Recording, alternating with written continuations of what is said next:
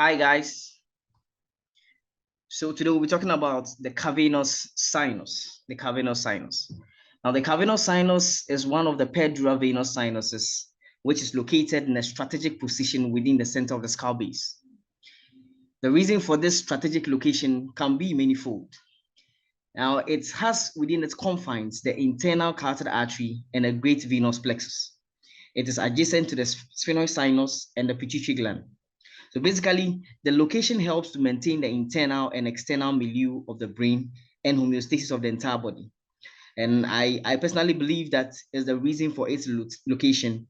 And because it is located in the center of the skull base and its depth, it is difficult to approach surgically as it is well protected by a multitude of layers. So we'll look at the cavernous sinus and we'll look at our outline.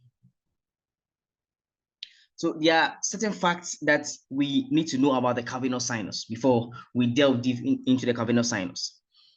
Now, the cavernous sinus are large venous channels enclosed between two layers of the dura. Now, the dura means tough and mater means mother. So dura mater, the tough matter that covers the central nervous system. Now, the cavernous sinus, as we said earlier on, is one of the paired venous sinuses. Now, what is a venous sinus? A venous sinus is simply an area that is created as a result of splitting of the dura. Now, you must know that the dura mater has two layers. Number one, it has the perosteal or the endosteal layer, and then it has the meningeal layer. So if you have, so this is the dura mater. So you can see that when it gets to this point, it splits. So this is the endosteal, sorry, this is the meningeal, and this is the endosteal. Okay, so once it splits, it creates a space. So within this space, this is the venous sinus. This is the dura venous sinus. Another fact that I need you to know is that for all the dura venous sinuses, this is the cavernous sinus is the only dura venous sinus that has an artery going through it, which is the internal carotid artery. Also, for dura venous sinuses, they are valveless. So it means that if there's any pressure change within or outside the dura venous sinuses, blood can flow through any direction. Now, so for the cavernous sinus, we'll look at the location of the cavernous sinus. We'll look at the relations of the cavernous sinus. We'll look at the structures within the lateral wall. We'll look at the structures inside the cavernous sinus. We'll look at the tributaries, look at the drainage posteriorly, and then we'll look at the clinical significance of the cavernous sinus. Now, in talking about the location of the cavernous sinus is found within the middle cranial fossa. So this is the middle cranial fossa. This is the middle cranial fossa. So you see, this is the anterior cranial fossa, this is the middle cranial fossa, this is the posterior cranial fossa. The cavernous sinus is found within the middle cranial fossa. So you can see this blue structure highlighted. This is the cavernous sinus. Now, the cavernous sinus lies within the sphenoid, the body of the sphenoid. Now, it also extends anteriorly from the superior orbital fissure. So there's a fissure here called the superior orbital fissure. It extends anteriorly from the superior orbital fissure and then extends posteriorly at the petrous apex. So this structure you see here from this side to this side is the petrous part of the temporal bone. Now this end is the petrous apex. So it extends anteriorly from the superior orbital fissure and extends posteriorly at the petrous apex. Now there's this important anatomical landmark you see here, which is called the anterior clinoid process, which has two roots. It has the anterior root, which forms the roof of the optic canal, forms the roof of the optic canal, and then it has the posterior root. The posterior root here, this is the posterior root, often called the optic struct. The struct separates the optic canal from the superior orbital fissure. And then this is the base of the anterior clinoid process, which is in continuity with the lesser wing of the sphenoid. Now, the relations of the cavernous sinus. Now, anteriorly, we said that the cavernous sinus, this is the anterior part. Anteriorly, the cavernous sinus extends from the superior orbital fissure. Now, posteriorly, it is found at the petrous apex. Now, medially, we have the pituitary gland. So we can use this diagram. So when you make a cut here in the midline, medially, this is the pituitary gland. And then the sphenoid sinus. So this whole structure here is the cavernous sinus. This whole structure here is the cavernous sinus. On the other side is the cavernous sinus. Okay, so we said earlier on that it's a splitting of the two layers of the dura, the endosteal and the meningeal. Okay, so this is the endosteal layer. This is the meningeal layer going all the way. So this is the cavernous sinus. This is the cavernous sinus lying adjacent. So medially, we have the pituitary and the sphenoid sinus. Now laterally, we have the temporal lobe of the brain. So this is the temporal lobe, one side, the temporal lobe, the other side. Superiorly, we have the internal carotid artery. Internal carotid artery superior, and the optic chiasma. You can see it's cut here. So from the optic nerve, once it crosses, it forms the optic chiasma. So again, the relations of the cavernous sinus. We say superiorly is from the supraorbital fissure, anteriorly is from the supraorbital fissure, it extends posteriorly at the petrous apex. Medially, we say we have the pituitary gland and the sphenoid sinus. Laterally, we say we have the temporal lobe of the brain. On the other side, then superiorly, we have the internal carotid artery and the optic chiasma.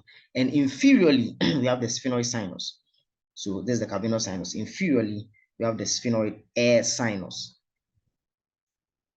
Now, there are structures inside the lateral wall of the cavernous sinus. Now, this is the lateral wall of the cavernous sinus. This is the lateral wall of the cavernous sinus. So this structure you see here in yellow, this is the oculomotor, the third cranial nerve. The fourth cranial nerve is the trochlea. And then we have the ophthalmic division of the trigeminal, and then we have the maxillary division of the trigeminal. So there's usually an acronym that we use, OTOM. OTOM, O for oculomotor, T for trochlea, O for ophthalmic division of trigeminal, M for maxillary division of trigeminal. So again, this is the lateral wall. We are looking at the structures within the lateral wall. So from superiorly to inferiorly. So this is the oculomotor, this is the trochlea, this is the ophthalmic division of trigeminal, this is the maxillary division of trigeminal. Now look at the structures inside the cavernous sinus. Structures inside the cavernous sinus. So within the cavernous sinus, these are the two main structures within the cavernous sinus. This big artery here called the internal carotid artery. And then inferiorlaterally, we have the abducens nerve. Now, around the internal carotid artery, we have sympathetic plexus. Sympathetic plexus. So again, structures inside the cavernous sinus. We have a very big artery here, which is called the internal carotid artery. Then inferiorlaterally, we have the abducens nerve. Then around the internal carotid artery, we have the sympathetic plexus. Now the tributaries of the cavernous sinus. Now anteriorly, we have the ophthalmic vein. So this is the anterior end of the cavernous sinus. So this artery going here is the ophthalmic artery. Actually, we have the superior and inferior ophthalmic artery. Okay, then we have this venous sinus also coming to the anterior end of the cavernous sinus called the sphenoparietal sinus. Now there's another vein called the central vein of retina, which is found deep to the optic nerve. It's not really visible here. Now medially, we have three intercavernous sinuses. So you can see here, this is anterior, this is middle, this is posterior. So we have three intercavernous sinuses. Now this is anterior, this is posterior. Now it runs as the diaphragma sella. So what we have here is the diaphragma sella around the pituitary stalk, diaphragma sella. Now the middle intercavernous sinus is found deep within the pituitary and the bone. Now superiorly, we have the superficial middle cerebral vein and then the inferior cerebral vein. And then inferiorly, we have the emissary vein joining the pterygoid plexus through the foramen ovale and foramen lacerum, and then also the pharyngeal plexus. So again, the tributaries of the cavernous sinus, we said that at the anterior end, we have three veins coming to the anterior end. The first one is the superior and inferior ophthalmic vein. We said there's a central vein of the retina, which is very deep within the optic nerve. Then this vein here called the sphenoparietal sinus coming to the anterior end. Then we said medially, we have 3 intercavernous sinuses. This is the anterior, this is the posterior, which runs as the diaphragma sella. Then we said the middle intercavernous sinus is very deep within the pituitary and the bone. Then we say superiorly, we have 2 veins, superficial middle cerebral vein and then inferior cerebral vein.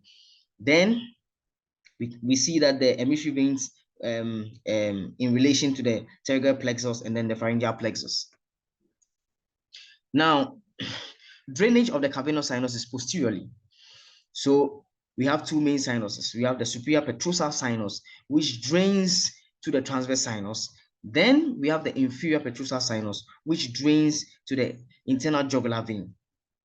So again, the drainage posteriorly. So 2 sinuses, superior petrosal sinus draining into the transverse sinus. And then we have the inferior petrosal sinus draining into the internal jugular vein. So at the end of the day, all the venous sinuses, for the cavernous venous sinus, it gets into the internal jugular vein.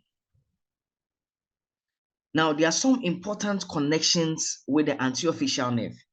Very, very important connections with the anterior facial nerve. Now, this is the anterior facial nerve. It runs through here, goes down. This is the anterior facial nerve, anterior facial nerve. Now, the anterior facial nerve has important connection with the cavernous sinus. So this is the cavernous sinus, and it has connections to the anterior facial nerve. Now, it does that through 2 routes. Now, there's a direct route. The direct route is through the ophthalmic veins. So this is the inferior ophthalmic vein going direct into the cavernous sinus. This is the superior ophthalmic vein going direct into the cavernous sinus. So that's a direct route. Now, it has indirect route through the deep. So this is the deep facial vein. Now the deep facial vein gets into the pterygoid plexus. Then from the pterygoid, this is the pterygoid plexus. From the pterygoid plexus, it gets into the emissory vein before going into the cavernous sinus. Again, the anterior facial vein has important connections with the cavernous sinus.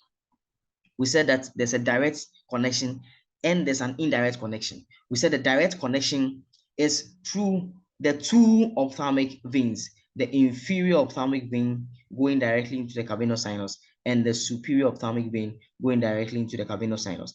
And we said that indirectly, it starts from the deep facial vein, then it goes to the pterygoid plexus, then from the pterygoid plexus, it goes to the emissory vein, then to the cavernous sinus.